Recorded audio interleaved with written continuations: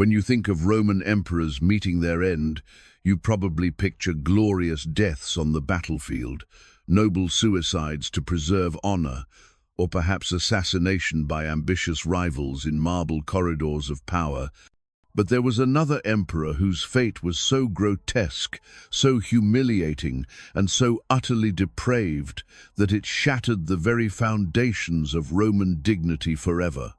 In the scorching heat of a Mesopotamian summer in the year 260, near the ancient fortress city of Edessa, an event unfolded that would forever change how the world viewed Roman invincibility. The legions lay broken and scattered across the dusty plains, their once proud standards trampled into the blood-soaked earth, while their supreme commander knelt in chains before a foreign king who would transform him into a living symbol of Rome's ultimate humiliation. This was not merely another military defeat in a century already marked by crisis and chaos. This was the complete destruction of everything Romans believed about their empire's divine protection and eternal dominance. The man who suffered this unthinkable fate was Publius Licinius Valerianus, known to history as Emperor Valerian, a nobleman of the highest senatorial rank who had ruled the greatest empire the world had ever known. Yet within hours of his capture, this same man would begin a descent into degradation so complete that it would make the sufferings of gladiators in the arena seem merciful by comparison. For the first time in Roman history, an emperor had been taken alive by enemy forces. The shockwaves rippled across the known world, from the foggy shores of Britain to the sun-baked streets of Alexandria. In Rome itself, citizens struggled to comprehend the unthinkable. Their divine emperor, chosen by the gods themselves, was now the property of barbarian captors who viewed Roman customs with contempt and Roman dignity as a target for mockery. But the capture was only the beginning of Valerian's nightmare.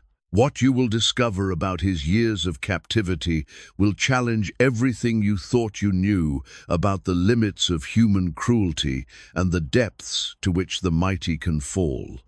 The Persian king Shapur I did not simply imprison the Roman emperor. He transformed him into a grotesque living monument to Persian superiority, subjecting him to daily humiliations that were carefully designed to break not just his body, but his very identity as a Roman and as a man. The historical sources paint a picture so disturbing that modern scholars still debate whether such depravity was actually possible or merely propaganda designed to blacken Persian reputations. Yet multiple accounts from different perspectives agree on the essential horror of what transpired. When death finally came, it brought not release, but a final, ultimate desecration that would preserve his shame for all eternity. What happened to Valerian's body after his death represents perhaps the most grotesque trophy creation in human history, a display so shocking that it traumatized visitors to the Persian court for generations afterward. The Roman Empire that Valerian inherited in 253 was already a civilization in profound crisis. The crisis of the 3rd century had claimed the lives of dozens of emperors, destroyed economic foundations, and opened the empire's borders to barbarian invasions that penetrated deep into Roman territory. The military had become the empire's greatest liability, consuming vast resources while providing increasingly ineffective protection. The currency was being systematically debased, causing inflation that disrupted trade and undermined confidence in Roman institutions. A devastating plague had killed massive numbers across the empire, disrupting agriculture and making it difficult to recruit soldiers. Born around 199 into one of Rome's most distinguished senatorial families, Publius Licinius Valerianus represented the traditional Roman elite. His family had served with distinction for generations, and Valerian himself had followed the aristocratic path through junior magistracies to the consulship and extraordinary military commands. Yet this traditional background made him ill-equipped for the revolutionary changes transforming Roman society. The empire he grew up in was one where senatorial dignity mattered and traditional governance commanded respect. The empire he came to rule was one where only military effectiveness mattered and traditional authority was crumbling under constant crisis. The empire was experiencing rapid turnover in leadership, with emperors rising and falling as military commanders competed for imperial resources. Each change brought new civil wars, disrupted trade, and created opportunities for enemies to exploit Roman weaknesses. Perhaps most significantly, the empire faced unprecedented external pressures. In the east, the Sasanian Persian Empire under Shapur I was mounting sophisticated challenges to Roman control of Mesopotamia and Syria with advanced military technology, professional armies, and imperial ambitions. Along northern frontiers, Germanic tribes were organizing into powerful confederations capable of sustained attacks, while Gothic naval forces conducted devastating raids on Roman cities across the Black Sea. The Persian challenge was particularly dangerous because it represented more than territorial ambition. This was increasingly a religious war between competing visions of divine order. For Shapur and his supporters, defeating Rome was not just political necessity, but religious duty, justifying tactics and treatment of prisoners that would have been considered excessive in purely secular conflicts. The Zoroastrian framework that informed Persian policy presented their struggle as cosmic warfare between forces of light and darkness, with the Persian Empire representing divine order against Roman chaos and corruption. Into this maelstrom stepped Valerian, whose noble birth provided legitimacy with traditional elites, while his military experience suggested he could effectively command the armies needed to defend the empire. Yet, these same qualities revealed the fundamental mismatch between traditional Roman leadership and the challenges facing the empire in the 3rd century.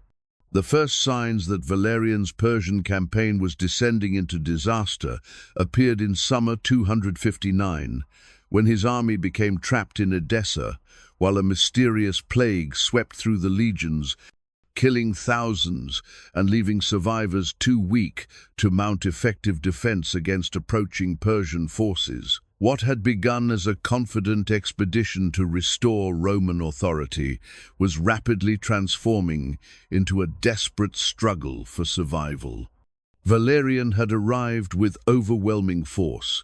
His army included Roman legions, auxiliary units from across the empire, Germanic allies fighting for pay, and local forces from Syria and Mesopotamia. Persian records suggest the total Roman force numbered approximately 70,000 men, making it one of the largest armies ever assembled for a campaign against Persia. Initially, the strategic situation appeared favorable. Roman forces had recaptured Antioch and restored control over much of Syria. But this apparent recovery masked fundamental weaknesses. The army was a patchwork force with serious coordination, supply, and morale problems. The legions were no longer the disciplined professional forces that had conquered the Mediterranean. Decades of civil war had degraded their training, equipment, and leadership, while constant recruitment had filled ranks with inexperienced men lacking commitment. The auxiliary forces were even more problematic, hastily recruited and inadequately equipped with questionable loyalty. Germanic allies fought primarily for pay rather than Roman victory, making them unreliable. The logistical challenges of maintaining such a large force in eastern Mesopotamia's harsh environment were staggering. The arid climate made water supply constant concern, while limited agricultural productivity meant food had to be transported over great distances. Persian strategy of systematic destruction made these problems worse, forcing Roman forces to spread out, searching for resources and making coordinated operations increasingly difficult. More fundamentally, Valerian and his commanders were fighting an enemy who understood regional geography, climate, and culture far better. Persian forces could move rapidly across terrain. Roman armies found challenging, sustain themselves from local resources Romans could not access, and call upon support from populations who viewed Persians as liberators rather than conquerors. Psychological pressure intensified as reports arrived of disasters elsewhere in the empire. Gothic raiders were devastating Black Sea cities, Germanic tribes were crossing the Rhine, and various usurpers were challenging Valerian's authority. Soldiers under his command increasingly realized they were fighting a distant war while their homelands faced serious threats. Desertion rates climbed as men decided their families needed protection more than the empire needed their service in Mesopotamia. Valerian's behavior revealed immense stress as the situation deteriorated. Contemporary accounts describe an emperor prone to angry outbursts, paranoid suspicions of subordinates, and desperate searches for scapegoats. His decision to intensify persecution of Christians in his army, blaming them for divine disfavor, supposedly causing Roman defeats, demonstrated both growing desperation and fundamental misunderstanding of the challenges facing his forces. This was particularly counterproductive because Christian soldiers had reputations for high morale, strong unit cohesion, and loyalty that made them valuable military assets. The emperor's increasingly erratic decision-making extended to military strategy. Instead of adopting defensive positions that would maximize Roman advantages, Valerian repeatedly ordered aggressive operations that exposed his forces to Persian counterattacks. His belief that Roman prestige required constant offensive action prevented him from recognizing that survival, rather than conquest, should have become his primary objective. Roman morale collapsed when news arrived that Persian forces had captured important strongholds and were systematically destroying infrastructure, supporting Roman regional control. Cities loyal to Rome for generations were opening gates to Persian armies, while local populations that had provided crucial intelligence and logistics were turning against their former masters. The plague that struck Valerian's army in spring 260 transformed a difficult military situation into complete catastrophe. The disease, possibly smallpox, spread rapidly through crowded army camps. Within weeks, thousands were dead or dying, while many more were too weak to fight effectively. Traditional Roman discipline broke down as units lost officers and experienced soldiers. The psychological impact was devastating.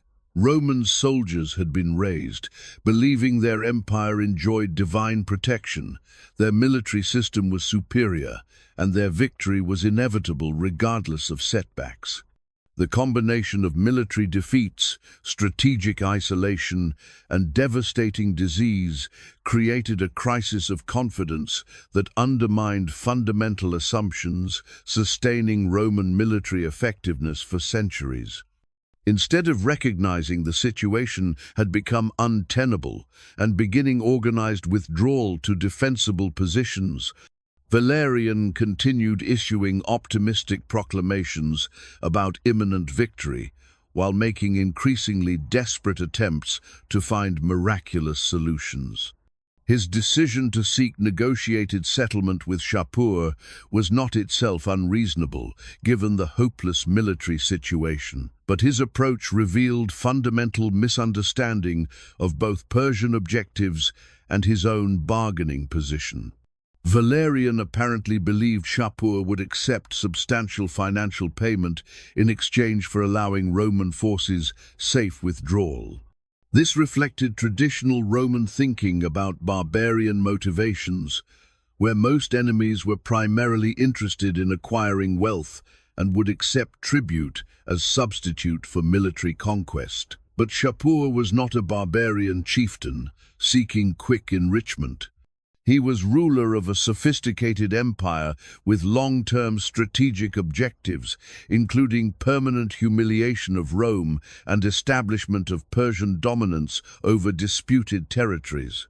The catastrophic end began on a sweltering morning in June 260, when the desperate emperor, his army devastated by plague and surrounded by Persian forces near Edessa, made the fateful decision to attend what he believed would be peace negotiations with King Shapur, taking only a small retinue of advisors and guards who would prove powerless to prevent the trap about to snap shut on the most powerful man in the Western world.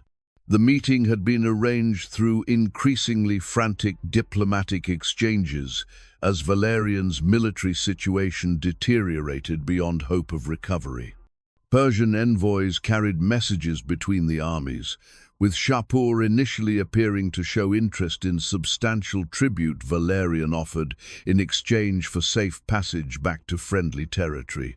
But what Romans interpreted as serious diplomatic interest was actually elaborate deception, designed to lure the emperor into position where he could be captured without the risks of direct military assault on the Roman camp.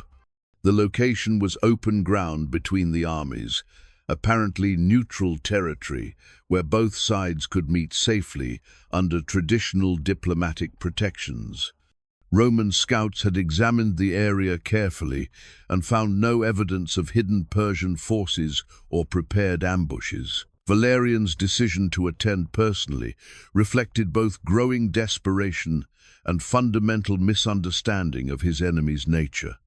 Roman diplomatic tradition emphasized personal relationships between leaders, and previous emperors had often achieved successes through face-to-face negotiations with barbarian chieftains.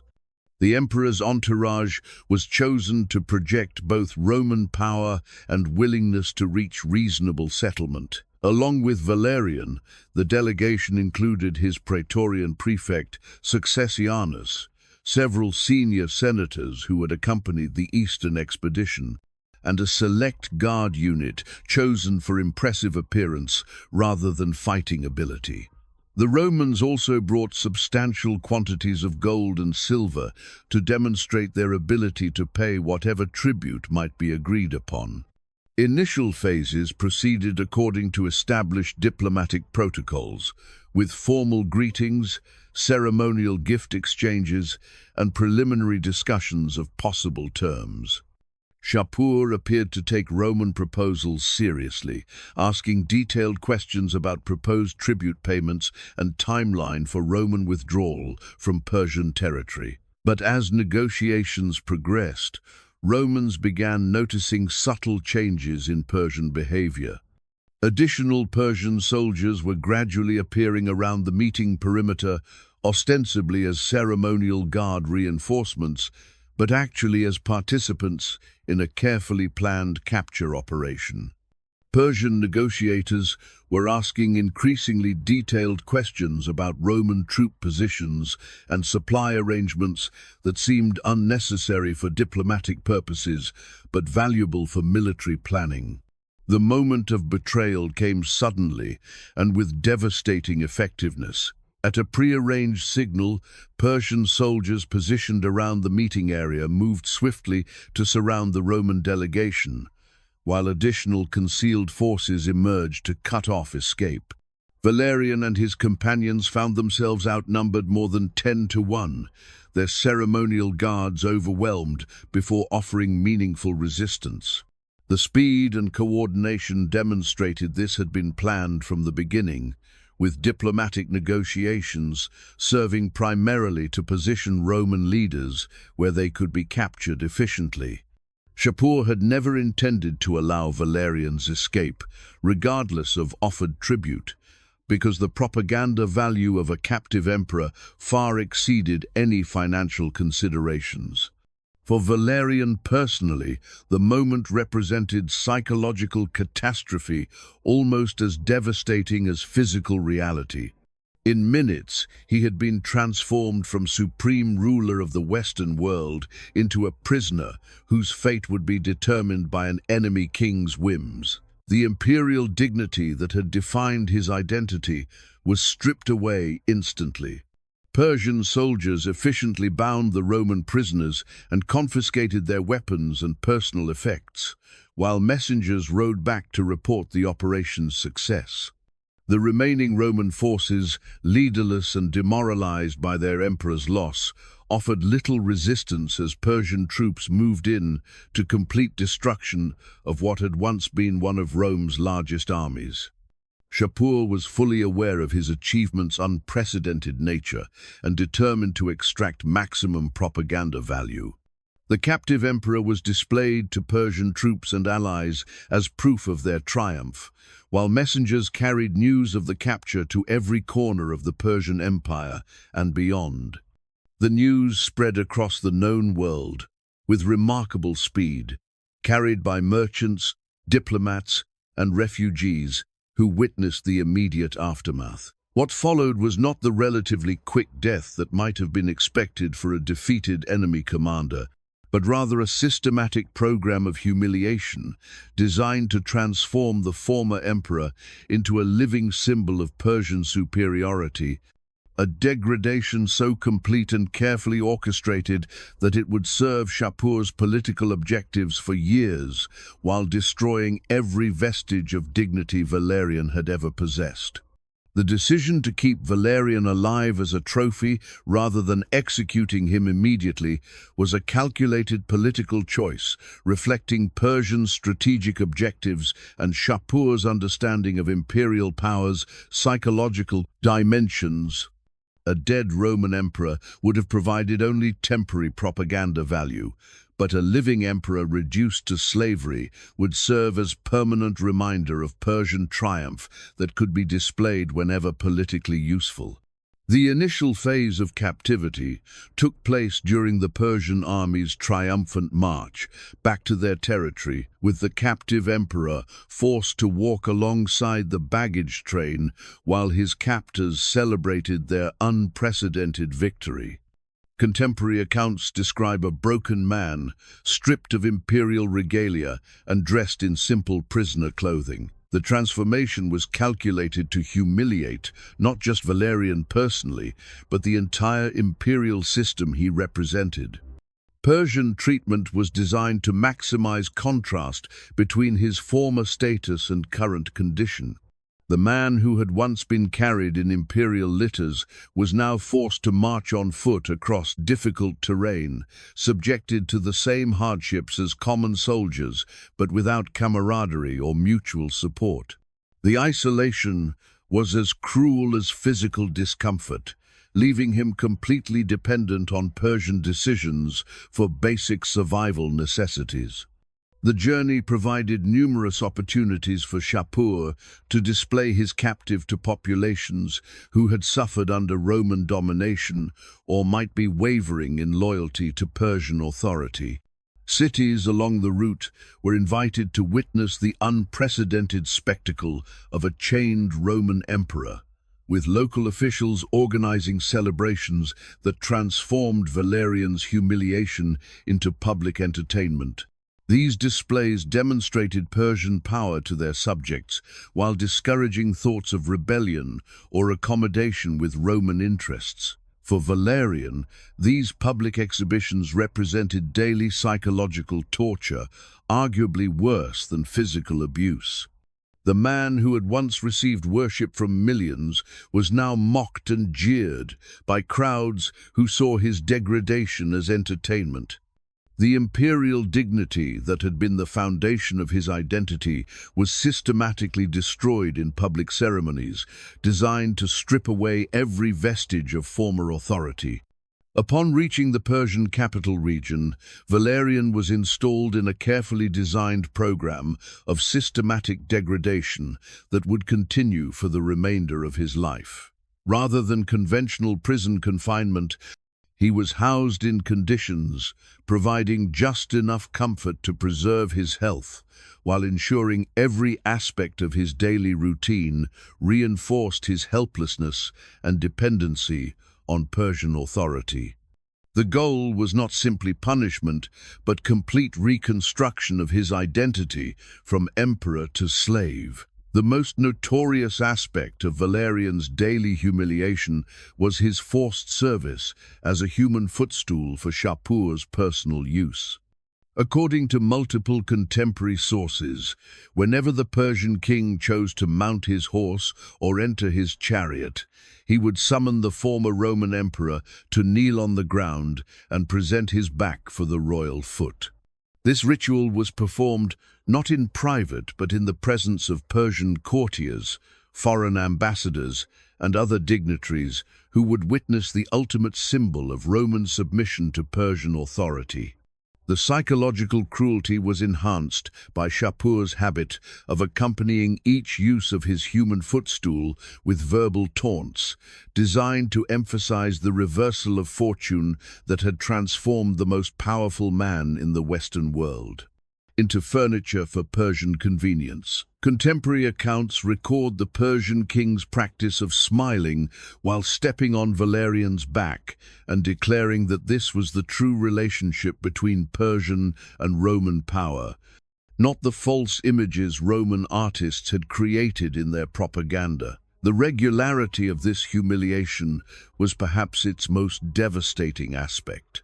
This was not a single moment of degradation, but a daily ritual that reinforced both Valerian's helplessness and the permanence of his reduced status. Each morning brought knowledge that he would again be forced to serve as a footstool, while each evening brought certainty that the humiliation would be repeated the following day. The predictable degradation was calculated to break down any remaining resistance or hope for eventual rescue or release. The public nature served multiple political purposes beyond immediate satisfaction of revenge. Foreign ambassadors and visiting dignitaries were routinely invited to witness Valerian's degradation as demonstration of Persian power and warning about consequences of opposing Shapur's authority. These exhibitions served as diplomatic communication that transcended language barriers and cultural differences, providing universally comprehensible symbols of Persian dominance. For the Persian court, Valerian's presence served as constant reminder of their triumph over the most powerful empire in the world. Courtiers, who might have doubted Persian military capabilities, could see daily evidence of their king's success. This visible proof helped maintain unity and confidence among Persian elites, while providing powerful motivation for continued resistance to any Roman retaliation attempts. The systematic nature also served important religious purposes within the Persian political system. The Zoroastrian religious framework, providing ideological support for Sasanian rule, emphasized cosmic struggle between forces of light and darkness, with the Persian Empire representing divine order against chaos and corruption of their enemies.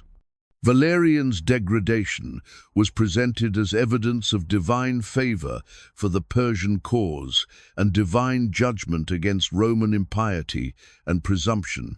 The death of Emperor Valerian, sometime between 260 and 264, brought not the mercy of release from his torments, but rather the beginning of an even more grotesque chapter, as Shapur transformed the former emperor's corpse into a permanent trophy that would preserve his humiliation for all eternity and serve as the ultimate symbol of Persian triumph over Roman pretensions to world dominance.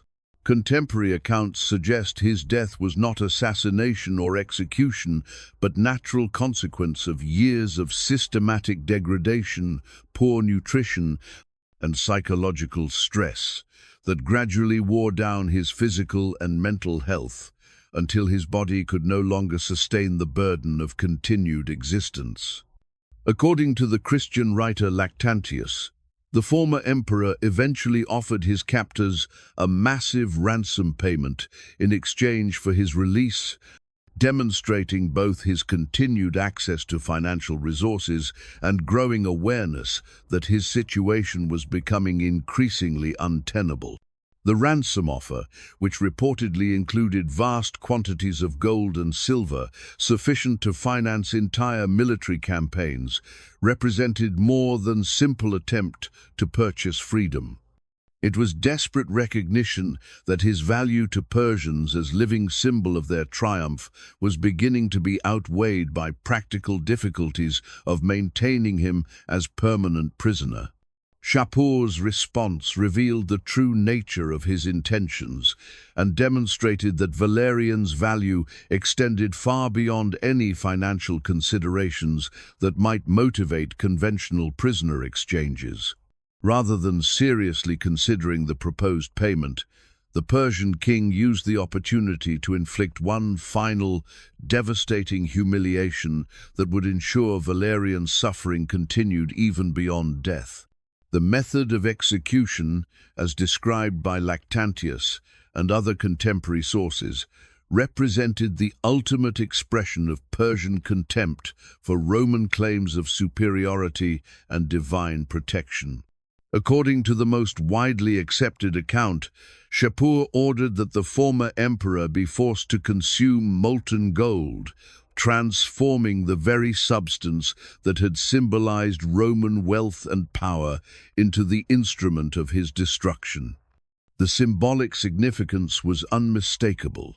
The gold that Romans had accumulated through centuries of conquest was now being used to kill their most exalted representative.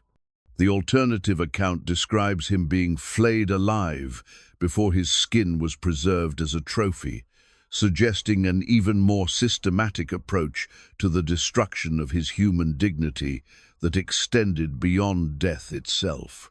This method involved careful removal of skin while the victim remained conscious, representing one of the most excruciating forms of capital punishment known to the ancient world, and typically reserved for the most serious crimes against royal authority. The decision to preserve Valerian's skin as permanent trophy demonstrated Shapur's determination to extract every possible moment of propaganda value from his unprecedented triumph. The process of flaying and preservation required considerable skill and planning, suggesting the Persian king had been contemplating this ultimate desecration for some time before Valerian's actual death. The preserved skin was reportedly dyed with vermilion, a bright red pigment that enhanced its visual impact and ensured it would remain recognizable as human remains, rather than simply another piece of leather or textile.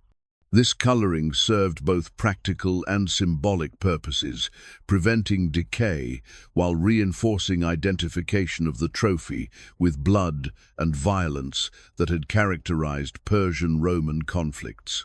The location chosen for displaying Valerian's preserved remains reflected careful thought. Shapur devoted to maximizing the psychological impact of this ultimate humiliation. According to contemporary accounts, the stuffed skin was placed in the most important Persian temple, where it would be seen by maximum numbers of visitors, while simultaneously receiving symbolic endorsement of Persian religious authorities. This positioning transformed Valerian's degradation from purely political statement into religious declaration of divine favor for Persian arms. The placement in a religious setting also ensured that Valerian's humiliation would be preserved for future generations rather than being forgotten as political circumstances changed. Temples were among the most permanent and carefully maintained structures in Persian society, meaning the display would continue serving its propaganda purposes long after the immediate military conflicts that produced it were forgotten. The impact on foreign visitors was precisely what Shapur had intended. Ambassadors, merchants, and other travelers who visited the temple would carry news of Valerian's fate back to their home countries, spreading the story of Persian triumph and Roman defeat throughout the known world. Each retelling would serve Persian interests by demonstrating consequences of opposing Shapur's authority while undermining confidence in Roman military capabilities. The aftermath and historical consequences. The immediate aftermath of Valerian's capture and death sent shockwaves throughout the Roman Empire that fundamentally altered the political, military, and psychological foundations of imperial power, creating a crisis of confidence that would take decades to overcome, and establishing precedents for the treatment of defeated rulers that would influence diplomatic and military practices for centuries to come. In Rome itself, initial reports were so shocking that many citizens refused to believe them, convinced that such catastrophe was impossible for an empire that enjoyed divine protection. The Senate convened emergency sessions while religious authorities ordered special ceremonies to determine why the gods had apparently abandoned their chosen people. The political consequences extended to fundamental questions about imperial authority and divine protection that supposedly guaranteed Roman success. For centuries, Roman expansion had been justified by assumptions that their empire represented the will of the gods and that their military superiority was permanent and divinely ordained. The sight of a Roman emperor reduced to serving as a footstool shattered these assumptions and forced both Romans and their enemies to reconsider basic realities of political power. The military implications were immediate and devastating. The destruction of one of Rome's largest armies removed tens of thousands of veteran soldiers from imperial service, when the empire was already struggling to defend extensive frontiers against multiple enemies. The loss of equipment, siege engines, and specialized gear represented resources that would take years to replace, while the death or capture of experienced officers created a leadership crisis that would handicap Roman operations for the foreseeable future. Strategic consequences extended throughout the eastern provinces as local populations reassessed their loyalties in light of demonstrated Persian strength and Roman weakness. Cities that had remained loyal to Rome for generations began opening their gates to Persian forces, while tribal leaders who had served as Roman allies started negotiating new arrangements with Shapur's representatives. The careful network of alliances and client relationships that had maintained Roman control for centuries began unraveling as former supporters concluded. Persian victory was inevitable. Most significantly, Valerian's capture created a succession crisis that fractured imperial authority and led to emergence of multiple competing claimants to the throne. His son Gallienus, who had been serving as co-emperor responsible for western provinces, found his authority challenged by military commanders who argued that the dynasty had been discredited by its failure to maintain Roman dignity against barbarian enemies. The absence of clear succession protocols for situations where an emperor was captured rather than killed created constitutional uncertainties that ambitious generals were quick to exploit. The fragmentation of imperial authority led to emergence of breakaway states that further weakened Roman capabilities. The Gallic Empire, including the crucial provinces of Gaul, Britain, and Spain, declared independence under military commanders who argued they could provide better protection than the discredited central government.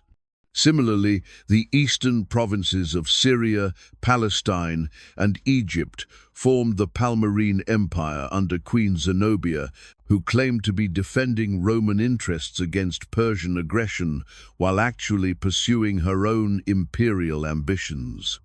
This division into three competing entities represented the nadir of Roman fortunes and demonstrated how completely Valerian's capture had undermined confidence in central imperial authority. Regional leaders concluded that the traditional Roman system was no longer capable of providing effective governance or military protection, leading them to pursue alternatives that seemed to offer better prospects for survival and prosperity. Persian exploitation of their victory extended far beyond immediate territorial gains to systematic efforts to undermine Roman influence throughout the eastern Mediterranean region. Shapur used his unprecedented success to persuade former Roman allies to switch sides, offering better terms for cooperation with Persian interests, while threatening severe consequences for continued loyalty to Rome. The religious and cultural implications were particularly significant in eastern provinces, where many populations had maintained their pre-Roman religious and cultural traditions despite centuries of imperial rule. The sight of a Roman emperor reduced to slavery provided powerful ammunition for religious leaders who had long argued that Roman dominance represented temporary aberration rather than permanent feature of divine order. The long-term consequences extended beyond the immediate crisis to influence fundamental changes in imperial organization and military strategy that would define the later Roman Empire. The shock of losing an emperor to capture led to development of new protocols for imperial protection and establishment of more elaborate succession procedures designed to prevent similar constitutional crises. Military reforms included expansion of cavalry forces, development of new fortification systems, and creation of mobile reserve armies that could respond more quickly to threats on multiple frontiers. The psychological trauma also contributed to broader cultural changes that marked the transition from the classical Roman Empire to the later imperial system historians call the Dominate. The confidence and optimism that had characterized earlier Roman expansion gave way to a more defensive mentality that emphasized survival rather than conquest, stability rather than growth, and protection of existing territories rather than acquisition of new ones. The memory of Valerian's fate continued to influence Roman policy and Persian relations long after the immediate crisis had passed, and the empire had recovered some measure of stability under later rulers. Diplomatic negotiations between Rome and Persia were permanently altered by the precedent of imperial capture, with Roman negotiators forced to consider the possibility that unsuccessful diplomacy might result not just in military defeat, but in personal humiliation and degradation. The story of Emperor Valerian's capture, humiliation, and ultimate desecration represents far more than the personal tragedy of one man's fall from supreme power to abject slavery, standing instead as a pivotal moment in the transformation of the ancient world that revealed fundamental truths about the nature of imperial power, the psychology of political dominance, and the capacity of human beings to inflict unprecedented cruelties upon their defeated enemies.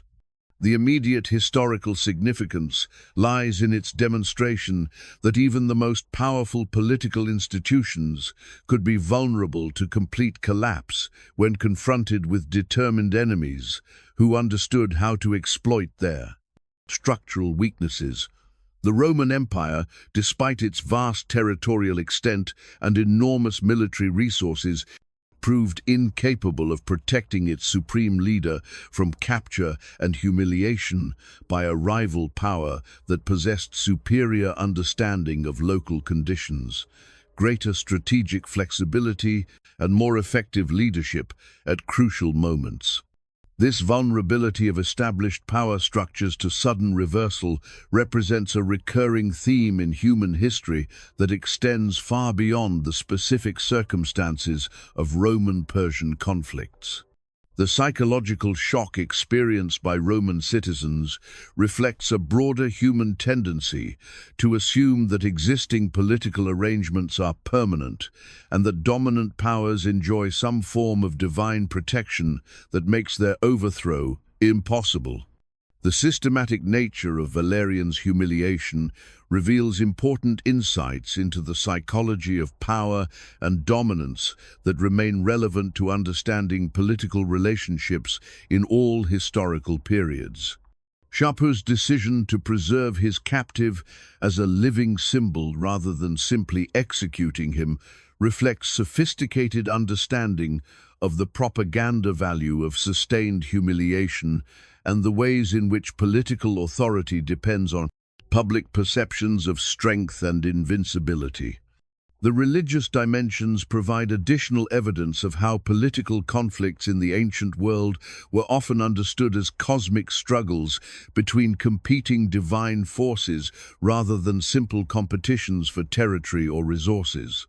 The Zoroastrian framework that informed Persian policy presented the defeat of Rome as evidence of divine favor for Persian arms and divine judgment against Roman impiety. This religious interpretation gave Shapur's actions legitimacy and moral authority that transcended purely secular considerations and helped maintain Persian unity and determination throughout the extended conflict. The cultural impact extended far beyond the immediate participants to influence artistic, literary, and religious traditions throughout the ancient world. The dramatic reversal of fortune, represented by an emperor's reduction to slavery, provided powerful material for writers and artists who sought to explore themes of divine justice, the vanity of human ambition, and the ultimate equality of all people before death. The military and strategic lessons derived from Valerian's defeat influenced the development of new approaches to imperial defense and diplomatic negotiation that would define Roman policy for the remainder of the empire's existence. The shock of losing an emperor to enemy action led to fundamental reforms in military organization, intelligence gathering, and strategic planning designed to prevent similar disasters. The constitutional implications created precedents for dealing with unprecedented situations that would influence legal and political development throughout the later empire. The absence of established procedures for handling the capture of a living emperor forced Roman authorities to improvise solutions that balanced the need to maintain imperial dignity with practical requirements of continued governance. The economic consequences demonstrated the interconnected nature of military, political, and financial systems in the ancient world, and the ways in which disruption in one area could cascade through all aspects of imperial administration. The destruction of the Eastern Army eliminated not just military capabilities, but also disrupted trade relationships, reduced tax revenues, and created financial pressures that forced fundamental changes in imperial economic policy. The social and cultural changes that followed reflected broader transformations in Roman society that were already underway but were accelerated by the shock of imperial defeat. The confidence and optimism that had characterized earlier periods of Roman expansion gave way to a more defensive and pessimistic worldview that emphasized the fragility of human achievements and the need for divine protection against forces beyond human control.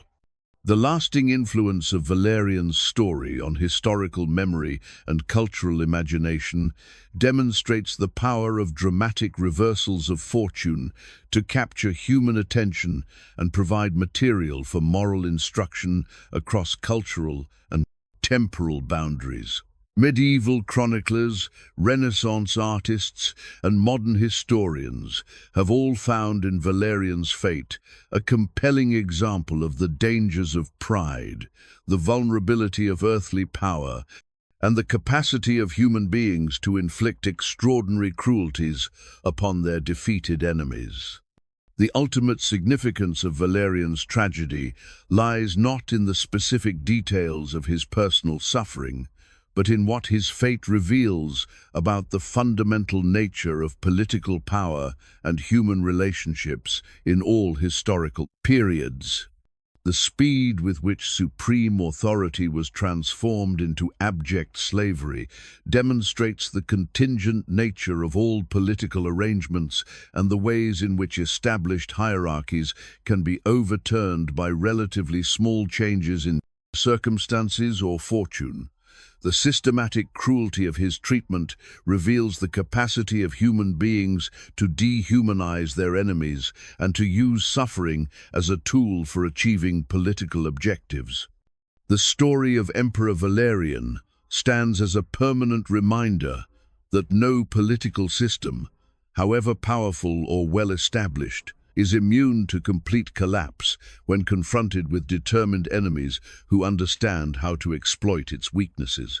His fate serves as a cautionary tale about the dangers of overconfidence, the importance of understanding one's enemies, and the need for political institutions to maintain the flexibility necessary for survival in a constantly changing world. Most importantly, his story demonstrates that behind all the pageantry and ceremony of political power lie human beings whose dignity and worth transcend their temporary roles in the great dramas of history, and whose suffering demands recognition and remembrance regardless of the political purposes it may have served.